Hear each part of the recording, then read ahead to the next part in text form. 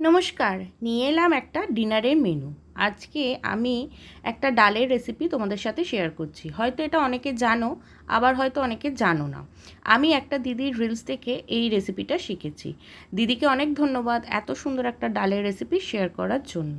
প্রথমেই কড়াই একদম 1 চামচ তেল দিয়ে তাতে আলু ভাজার মতো করে কাটা আলুগুলো জিরে ফোড়ন দিয়ে ভেজে নিয়েছি। তারপরে কাঁচা লঙ্কা কুচি, 1 চিমটে কাশ্মীরি লঙ্কার গুঁড়ো আর 1 চিমটে চিনি দিয়ে ভালো করে ফ্রাই করে নিয়েছি ঢাকা দিয়ে দিয়ে।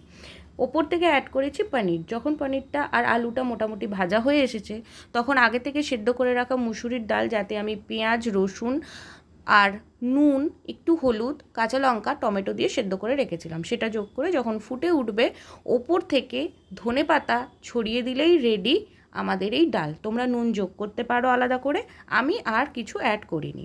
সাথে নিয়েছিলাম রুটি, হাতে গড়া রুটি, আর ছিল এই 1 বাটি ভর্তি ডাল, যেটা খেয়ে জাস্ট মনটা ভরে গেল। সত্যি অসাধারণ টেস্ট হয়েছিল এই ডালের, 1 বাটি খেলেই পেট ভর্তি।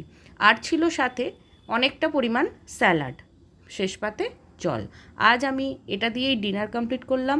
তোমাদের যদি ভালো লেগে থাকে অবশ্যই একটা ফলো করো আর লাইক করো। টাটা, গুড নাইট, দেখা হবে নেক্সট ভিডিওতে।